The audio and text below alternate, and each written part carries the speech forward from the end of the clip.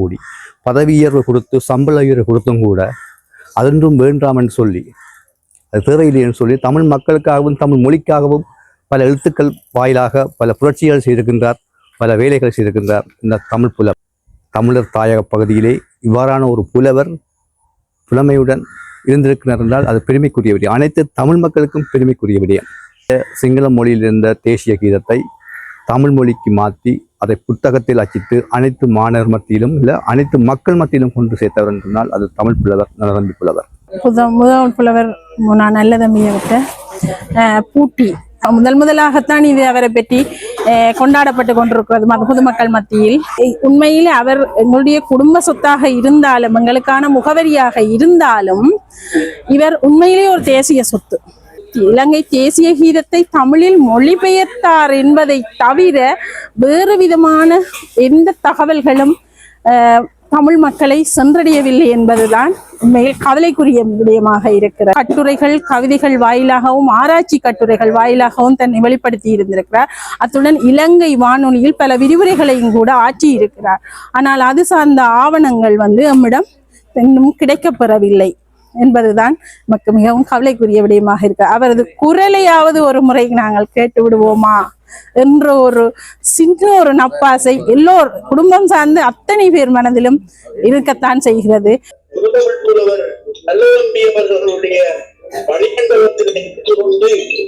அவருடைய தேசிய கீதம் சார்ந்த அவருடைய தப்பையை தமிழகத்துக்கான தமிழ் மக்களுக்கான அந்த தேசிய தொண்டை அவருடைய ஆற்றல்களை போற்றிக் கொண்டிருக்கின்ற நேரத்திலே இது சங்கான டவுன்லேருந்து 82 வீதி கார்நகர் பூர்வ மெயின் ரோட்டில் வரணும். அப்படி நேராக வந்தீங்கன்னு சொன்னால் நீங்கள் அம்மாச்சினோம் அப்படியே மெயின் சீட்டாக நேர கார்நகர் பூர்வ வீதியில் பிரதான வீதி ஊடாக நேர வரணும்.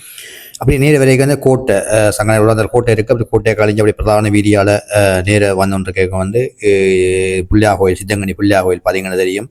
சித்தங்கனிலே மிக ஒரு பிரபலமான பிள்ளையா கோயில். இந்த பிள்ளையா கோயில் சந்தி சித்தங்கனி சந்தி வரும் பாருங்க. அந்த அழகான பிள்ளையா கோயில் இருக்குது. அப்படியே அதை கழிஞ்சு வரைக்கும் சித்தங்கனி சந்தியால் நீங்கள் அப்படியே இடப்பக்கம் திரும்பிங்க நாள் சந்தி வருது. இதான் சித்தங்கனி நாள் சந்தி. இதால் இடப்பக்கம் திரும்ப வேணும். இடப்பக்கம் திரும்பினீங்கன்னு சொன்னால் பாருங்கள் சின்ன பிள்ளையா கோயில், அந்த கோயில் இந்த கோயில் இருக்குது. இது பெண் பிள்ளையா கோயில். அது நேர போகணும். அப்படி நீங்கள் மெயின் சீட்டால் அப்படியே மெயின் பாதையாலே நேரம் வந்தீங்கன்னா சரி, நல்ல பாதை காவேற்று வீதி தான். அப்படி நேரம் வந்தீங்கன்னா சரி. அப்படி இங்கே வரைக்கும் இங்கே ஸ்கூல் வருது பாருங்கள். இங்கே வட்டு ஹிந்து கல்லூரி இருக்குது. வட்டு ஹிந்து காலேஜ் இருக்குது. இதான் ஹிந்து காலேஜ், வட்டுக்கோட்டை ஹிந்து கல்லூரி. இதால் நேர வரணும். அப்படி ஹிந்து காலேஜை தாண்டி அப்படி நேர கொண்டு கேட்க ஹிந்து காலேஜை தாண்டி நேர வரணும். பல கல்விமான்களை உருவாக்கிய பாடசாலை இது வட்டுக்கோட்டையில். முக்கியமான பாடசாலை. இதை கழிஞ்சு நாங்கள் நேர மெயின் சீட்டால் அப்படியே நேர கொண்டு கேட்க அதான் மெயினால் அராளி போகுது. அப்படி அராளி போக தேவையில்லை. இது புளியடி சந்தி என்று சொல்கிறது. இது வார சந்தி நாட்சந்தி என்று வருது. இது புளியடி சந்தியால் நீங்கள் வலப்பக்கம் திரும்பணும். வலப்பக்கம் திரும்பினீங்கன்னா சரி. அப்படியே உள்ளுக்குறீங்கன்னால் அப்படியே நேரே அப்படி அங்கான் போகுது. புலவற்றை விட்டு தான் போகுது. குடிமனைகள் இருக்குது. இந்த தான் வீதி பிரதான வீதி. இதுக்காக நேரம் வளைஞ்சு போகணும். லெஃப்ட் ரைட் பெண் அப்படியே திரும்பி போனீங்கன்னு சொன்னால் இது கொஞ்சம் பாதை கொஞ்சம் இப்போ போட்டிருக்கேன் வெளியாண்டு இல்லை குடிமனைகள். ஆனால் இதுக்கு பாதிக்கின்றதே முழுமையாக எல்லாமே அந்த ஒரு என்ன சொல்கிறது நாச்சார் வீடு தான். இந்த ஆலயம் ஒன்று இருக்குது பாருங்கள். தொன்மை வாய்ந்த ஆலயங்கள் நிறைய இருக்குது.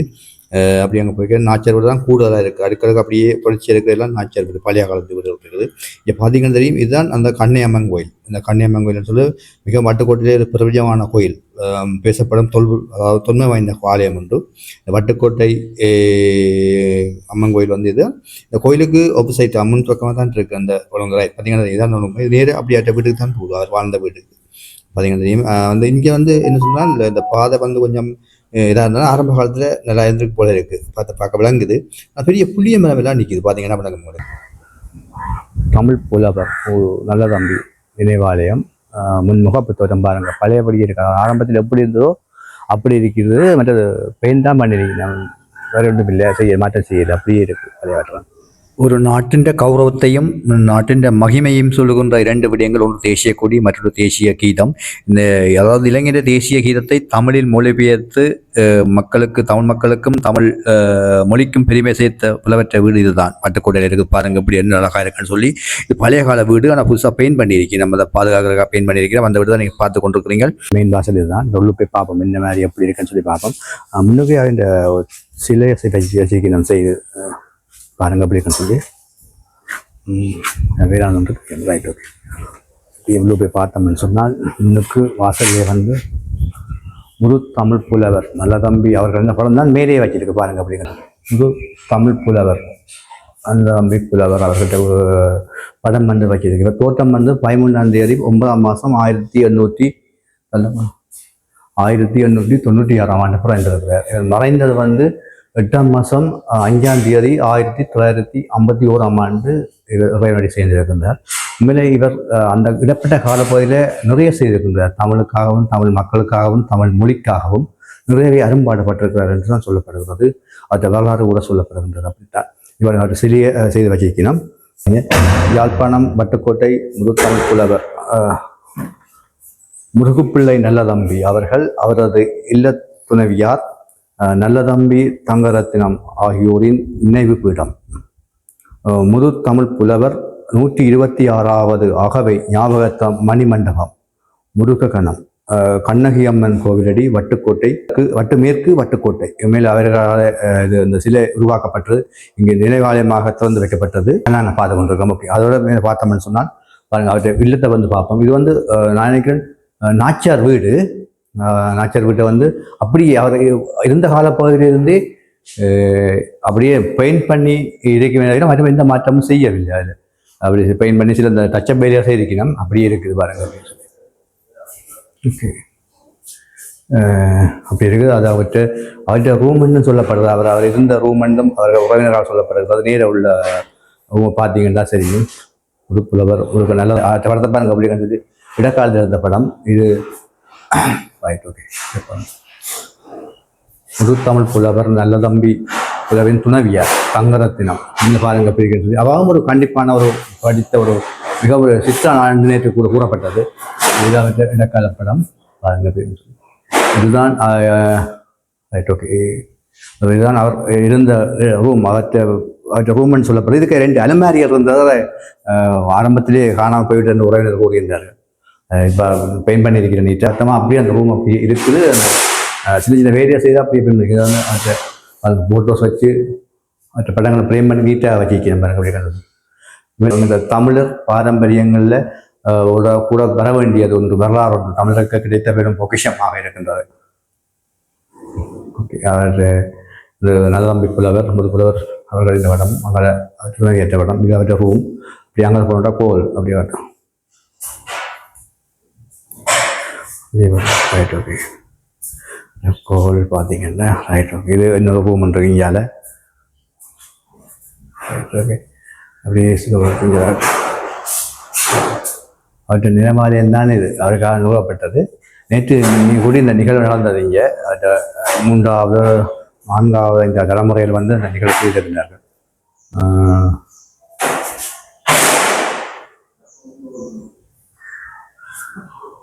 உருவாக்கப்பட்ட அப்படி சொன்னால் இது வந்து நாச்சியார் வீடு சாமியார். நாச்சியார் வீடு நாச்சியார் வீடு அப்படியே செய்திருக்கிறோம். அப்படி எந்த மாற்றம் செய்யாமல் அப்படியே பெயிண்ட் பண்ணி வச்சுக்கிறோம். சாமியாரை சுற்றி காட்டுறது பாருங்க. அப்படியே வந்த மாதிரியே அப்படியே இருக்குதா. இதுக்கு 2 அலுமாரி இருந்தது காணல. பழைய அலுமாரி சொன்ன வந்து பார்த்தீங்கன்னா கோல் இங்கே கோல் இருக்கு. இன்னைக்கு ஒரு கோல் இருக்கு பாருங்க. ஹோல் அந்த பழைய நீங்கள் பார்த்தீங்கன்னா விளங்கும். அந்த முதல்ல அந்த ஆரம்பத்தில் இந்த வள வைக்கிறேன்னு சொல்லி மரம் தான் போடுவோம். ஆரம்ப காலத்தில் வந்து பார்த்தீங்கன்னா சீமெண்டாலே போட்டிருக்கு. அப்படியே என்ன கொங்கிட்டு அப்படின்னா பழைய இதே இல்லை தீராந்தி என்ன பழைய தீராந்தி என்ன அந்த நாளைக்கு அந்த இது மரம் மேலே அந்த கொங்கிட்டு அந்த மலை சிவரோட அப்படியே வரும். ரைட்டு, இந்த ரூம் இதுதான். இந்த வீட்டின் பின்பக்கம் அப்படி கண்டு பாருங்க. நாச்சியார் வீடு இதுமாதிரி இப்படியான வட்டுக்கோட்டையில் நிறைய வீடுகள் இப்படியான வீடுகள்லாம் இருக்குது. நாச்சியார் வீடு, பழைய காலத்து வீடுகள் இப்படி தான் இருக்குது.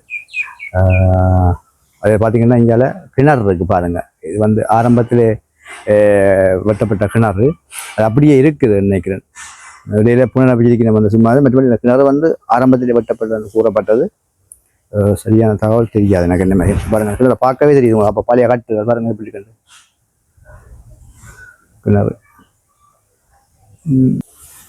தமிழ் புலவர் வாழ்ந்த இடம்.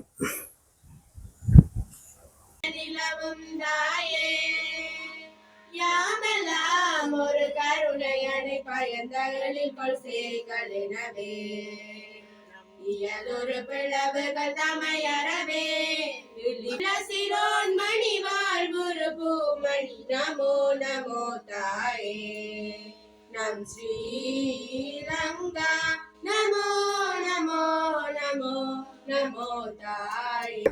ஒரு நீண்ட காலங்களுக்கு பின்பு நல்ல நிகழ்வில் கலந்து கொண்ட ஆதங்கம் உங்களுக்கு இருக்கிறது. மற்ற நிகழ்வை ஆக்கி தந்த பேச்சிலே 27 வருடங்களுக்கு அந்த 73ஆம் ஆண்டுக்கு பிறகு இங்கே அப்படி ஒன்றும் நடக்கவில்லை என்றும் இந்த நிகழ்வு நடந்துவிட்டு பெருமை அடைகிறோம் என்றும் சொல்லி செய்திருக்கிறார்கள். அதையிட்டு நாங்கள் மகிழ்ச்சி அடைகிறோம். நிலைக்கு வந்ததையிட்டு இன்னும் பெருமைப்படுகிறேன். எமது பெரும்புலவர், முதுதமிழ் புலவர் நல்லதம்பி அவர்கள் சிறந்த முறையிலே தமிழுக்கு தொண்டாற்றி சைவத்துக்கு முனைந்து செயல்பட்ட திறமையை இன்று வெளிப்படையாக இவருடைய புகழ் மறைக்கப்பட்டதாக பல ஆண்டுகளாக இருந்தது. அவருடைய நினைவு இல்லமாக மிக அண்மையிலே அமைக்கப்பட்டதன் மூலம் சிறிது தெரிய வந்தாலும் இன்று அவருடைய பெருமையை பல ஆண்டுகளுக்கு பிறகு, அவருடைய மரபின் பல ஆண்டுகளுக்கு பிறகு, அவருடைய ஆக்கத்தின் பல ஆண்டுகளுக்கு பிறகு வெளிப்படுத்தியமை மிகுந்த மகிழ்ச்சியை உண்டாக்குகின்றது. அவருடைய புகழ் இன்னும் வளர வேண்டும். அதற்கு ஏற்ற வகையிலே நாங்கள் எல்லோரும் ஒற்றுமையாக செயல்பட வேண்டிய கடமைப்பாட்டுக்கு உரியவர்களாக இருக்கின்றோம். வணங்கி தவம் கடந்து உள்ளிருக்கு சென்ற அன்புத்தி அறிவுத்தி உள்ளிருந்து எங்கள் உயிருக்கு ஒளியூட்ட உலகமெல்லாம் பறந்தும் உள்ளுணர்வார் என் அன்புக்குரிய மக்களே, இந்த நிகழ்வில் கலந்து கொண்டிருக்கிற உங்கள் அனைவரும் தூரத்தில் இருந்தாலும் என்னுடைய பாசக்கரங்களிடம் உங்களையெல்லாம் தடுத்து கொள்கிறேன். என் அன்புமலர்களால் உங்கள் பாதங்களில் அங்கமலர்களை கூடி நல்மலர்களுக்கு கூடி உங்களை வணங்குகிறேன். எனக்கு இளையவர்களுக்கு வாழ்த்துகிறேன். மூத்தவர்கள் வணங்கி கொள்கிறேன்.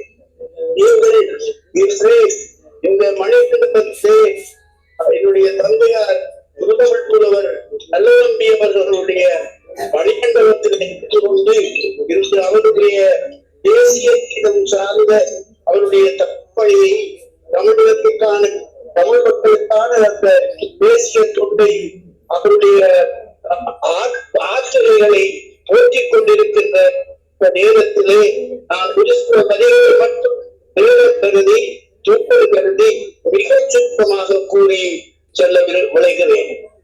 அந்த அழகிய தீவு, அந்த நித்தல தீவு, இந்த சமுத்திரத்தின் முட்டு, அந்த தீவு பிரித்தானிய ஆக்கிரமிப்பிலிருந்து அவர்களுடைய அதிகாரத்திற்கு விலகிய கால எல்லையிலே அந்த நேரத்திலே அப்படி ஒரு விடுதலை பெற்ற ஒரு தீவாக சுதந்திர தீவாக மலர்ந்த ஒரு காலத்திலே எல்லாரும் சந்தோஷமாக மகிழ்ச்சியாக ஒரு போக்காக அந்த தேவதைகளுக்கு ஆனந்த சமரத்தும் அவர்களுடைய கவிகுலமும் அதனை நிறைவேற்ற நல்லவர்களுடைய கவிகுலமும் பிறந்து ஆட்சிய பெரும்படைதான் அந்த இலங்கைக்கு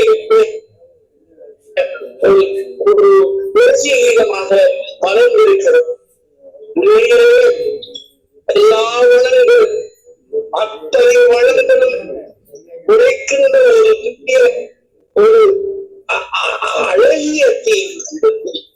அந்த தீவு, அந்த தீவிலே வாழுகிற மக்கள் சகோதரர்களாக சகோதரத்தோடு சமத்துவத்தோடு ஒற்றுமையாக வாழ முதல் புலவர் நல்லதம்பியவற்ற பூட்டி, அதாவது அவற்ற மூத்த மகளான ஞானபூங்கோதை கதிரமல்நாதன் அவர்களுடைய மூத்த மகனார் கவிஞர் கதிர் சரவணவனுடைய மூத்த மகள் தான் நான். ஆதார சித்த வைத்தியசாலையிலே கடமையாற்றி வருகின்றேன். தற்போது இவரை பற்றி முதலாகத்தான் இது அவரை பற்றி கொண்டாடப்பட்டு கொண்டிருக்கிறது பொதுமக்கள் மத்தியில். அதுவும் தமிழ் மக்கள் மத்தியில் கொண்டாடப்படுகிறதை இட்டு உண்மையில் குடும்பம் சார்பாக மகிழ்ச்சியும் பெருமையும் அடைகிறோம். உண்மையில் அவர் எங்களுடைய குடும்ப சொத்தாக இருந்தாலும், எங்களுக்கான முகவரியாக இருந்தாலும், இவர் உண்மையிலே ஒரு தேசிய சொத்து. அவர் எங்களுக்கானவர் என்றது இல்லை, தமிழ் பேசும் மக்களுக்கானவர். அவர் தமிழுக்காகவும் தமிழ் பேசும் மக்களுக்காகவும் செய்த சேவைகள் ஏராளம். அவர் புரட்சி கவிஞனாக இருந்திருக்கிறார், இயற்கையை நேசிக்கும் கவிஞனாக இருந்திருக்கிறார், தெய்வத்தில் பக்தியுடைய பெருமகனாக இருந்திருக்கிறார். அதை விடுத்து சமூக சீர்திருத்தங்களை விரும்பியிருக்கிறார். அதை நினைத்து ஏராளமான கவிதைகள் அவருடைய கவிதை பாக்கள் வாயிலாக நாங்கள் செய்யுள்கள் வாயிலாக அறிந்து கொள்ளலாம். சிறுவர்களுக்கான கவிதைகளும் பாடல்கள் எழுதியிருக்கிறார். இவ்வாறாக அவருடைய பெருமைகளை நாங்கள் நிறைய சொல்லிக்கொண்டே போகலாம். ஆனால் அவர் சார்ந்த எந்த விதமான விடயங்களும், அதாவது அவர் இலங்கை தேசிய கீதத்தை தமிழில் மொழிபெயர்த்தார் என்பதை தவிர வேறு விதமான எந்த தகவல்களும் தமிழ் மக்களை சென்றடையவில்லை என்பதுதான் உண்மையில் கவலைக்குரிய விடயமாக இருக்கிறது. ஆனால் அது தற்போது மெதுவாக நிறைவேறி வருகிறது. உண்மையில் எங்களுக்கு சந்தோஷப்படக்கூடிய விடயம்தான். ஆனால் இது இன்னும் மென்மேலும் அவர் எல்லா மக்கள் அனைவரிடமும் அவருடைய சிந்தனைகளும் கருத்துக்களும் அவர் சார்ந்த வரலாற்று பதிவுகளும் சென்றடைய வேண்டும் என்பதுதான் எமது வேணவாவாக இருக்கின்றது. குறிப்பாக சொல்ல போனால் 1925ஆம் ஆண்டுகளிலிருந்து 1950ஆம் ஆண்டுகள் வரையிலான காலப்பகுதியில் அவர் தன் தமிழுக்கான இலக்கிய ஆற்றல்களை வெளிப்படுத்தியும் கட்டுரைகள் கவிதைகள் வாயிலாகவும் ஆராய்ச்சி கட்டுரைகள் வாயிலாகவும் தன்னை வெளிப்படுத்தி இருந்திருக்கிறார். அத்துடன் இலங்கை வானொலியில் பல விரிவுரைகளையும் கூட ஆற்றி இருக்கிறார். ஆனால் அது சார்ந்த ஆவணங்கள் நம்மிடம் இன்னும் கிடைக்கப்பெறவில்லை என்பதுதான் நமக்கு மிகவும் கவலைக்குரிய விடயமாக இருக்கு. அவரது குரலையாவது ஒரு முறை நாங்கள் கேட்டு விடுவோமா என்ற ஒரு சின்ன ஒரு நப்பாசை குடும்பம் சார்ந்த அத்தனை பேர் மனதிலும் இருக்கத்தான் செய்கிறது. ஏனெனில் அவர் சார்ந்த பெருமைகளாயிருக்கட்டும், அவர் சார்ந்த தகவல்களாயிருக்கட்டும், இன்று 5 சந்ததிகள் நாங்கள் வந்துவிட்டோம். அவருடைய கொள்ளுப்பேர சந்ததிகள் கூட வந்துவிட்டார்கள். அவர்களுக்கு கூட அவரை பற்றி தெரிகிறது. ஆனால் அவரை பற்றி அறியுவதற்கான ஆவல் அவர்களிடமும் இருக்கிறது. ஆனால் இன்று வரை அவர் சார்ந்த அந்த குரல் பதிவு கிடைத்தால் மிகவும் சந்தோஷப்படுவோம். இந்த வட்டூர் மண்ணை சார்ந்தவர் தான். பின்பு கல்வி கற்றது வட்டுக்கோட்டையிலும், தெல்லிப்பளையிலும் உயர்கல்வியை கற்று தெல்லிப்பளையில் தான் தன் போதனாமுறை பயிற்சியையும் பெற்று ஆசிரியராக கடமை புரிந்தார். பின்பு 1918ஆம் ஆண்டு தான் கொழும்பிற்கு நகர்ந்து செல்கின்றார். பின் அவர் குடும்பமும் கொழும்பிற்கு நகர்ந்து சென்று பின்னர் ஒரு குறிப்பிட்ட கால பகுதியின் பின்னர் தான் இந்த வீடு அவர் தன் சுய முயற்சிகளால் தான் இந்த முருகனகத்தை கட்டியிருந்தார். பிறகு இந்த போர்க்கால சூழ்நிலையின் பின் அது நாம் சிறுவயதிலிருந்து வளர்ந்து வாழ்ந்த வீடு, தவழ்ந்து வாழ்ந்த வீடு தான் இது. என்னது கூட்டு குடும்பமாகத்தான் நாங்கள் வளர்ந்தாங்க, தனியே ஒரு குடும்பமாக வளரவில்லை. என்னை பொறுத்தவரை நான் புலவனுடைய 7 பிள்ளைகளுடன் அன்பு பாசத்தை பகிரக்கூடிய ஒரு வாய்ப்பு எனக்கு கிடைத்தது. உண்மையில் அது எனக்கு பெரிய ஒரு பாக்கியமாகத்தான் நான் கருதுகிறேன். மீண்டும் ஒரு காணொலியில் சந்திக்கின்றோம். நன்றி, வணக்கம்.